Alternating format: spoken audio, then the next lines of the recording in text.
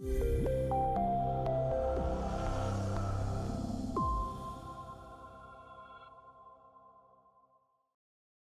am so happy you are here. Hey, I see familiar faces too.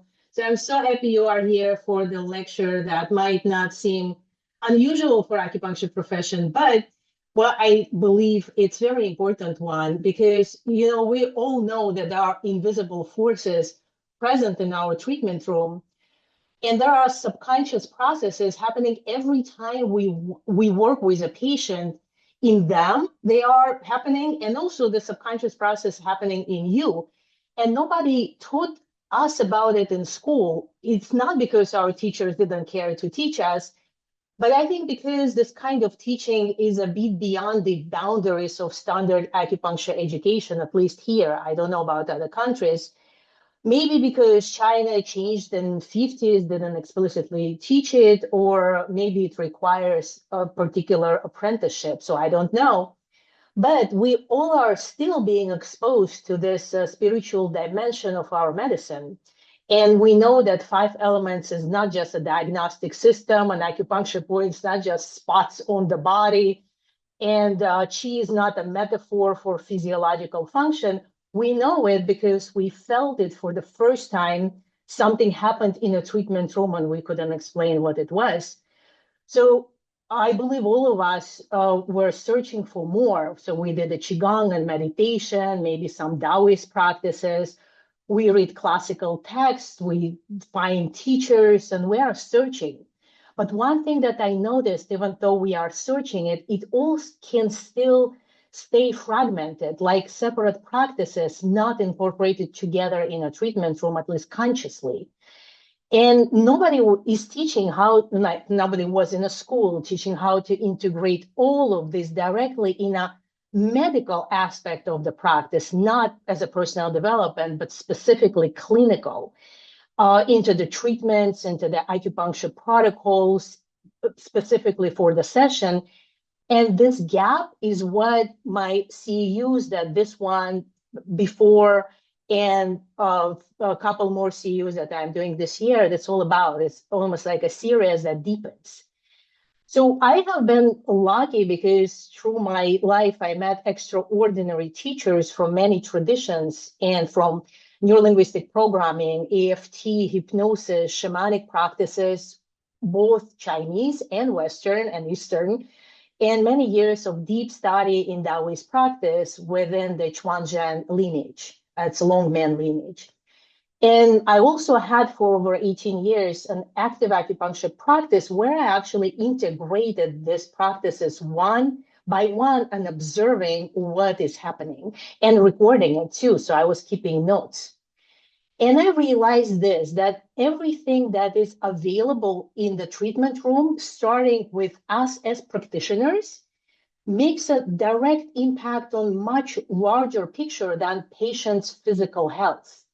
And not only on how effective we are with results, but also on how our own path is unfolding. So it becomes not a separate practices, but became like one healing art when we incorporate it together, not like meditation specifically, Qigong separately, but one thing, one integrated. And today I want to start with a language as a medicine, because language is still a visible tool. And that's what I want to be specific about, because that's how we start, right? We begin here because it is the obvious and most accessible entry point into this work. But what gives language its power, actual power, good, bad, or accidental, has everything to do with our ability to transmit chi, energy, Tao, divine, Christ within, whatever you name it. Because it's a quality of presence that we bring into the room before anything happens at all. So I touch on that in this course because we cannot talk about language as medicine or as a tool without talking about what's behind the language. And that invisible layer is not separate from clinical effectiveness. It's actually the source of it. And in this course and the courses that follow, I'm going to make this practical with tools, with specific skills and frameworks that connect language, presence, five-element perception, acupuncture points, and also spirit of the points into one complete way of working, not to substitute the style that you already working in, but to give it more layer of depth if you choose to receive that.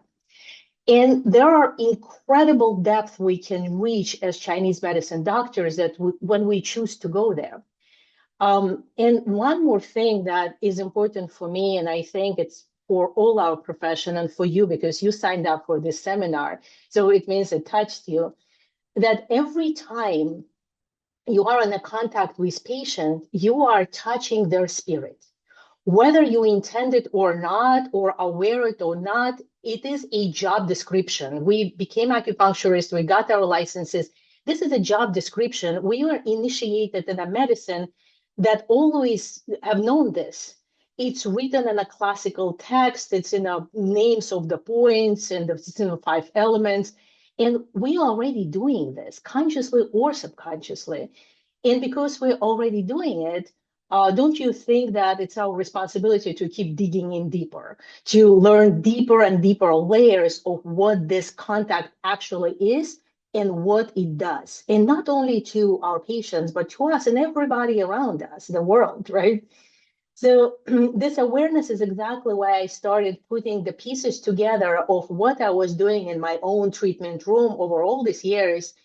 When I began achieving results I didn't even know I was capable of. And I want to make this also clear because it was for myself, that at some point I realized I wasn't the one achieving anything. It's almost like something else is doing it. It's invisible forces were directing my patient toward their original path.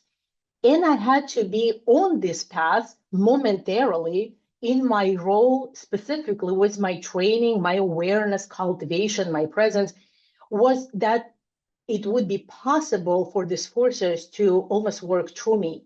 I felt like I was an instrument. And I believe that is also taught in classical texts. But one thing is to read it, another is to feel it. And I bet that a lot of you here felt it also. And my question was to divine, to the universe, was who am I in relation to these forces?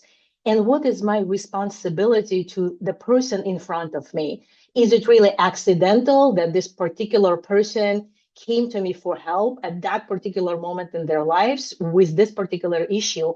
And if in the earlier years of my practice, it was, I didn't know.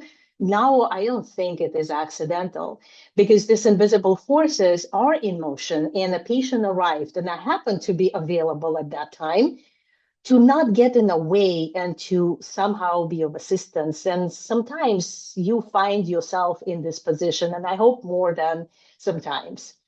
So we're not going to learn more techniques or frameworks. We're going to build a deeper and deeper capacity to be the practitioner through whom something real can move to the patient or to anybody around you.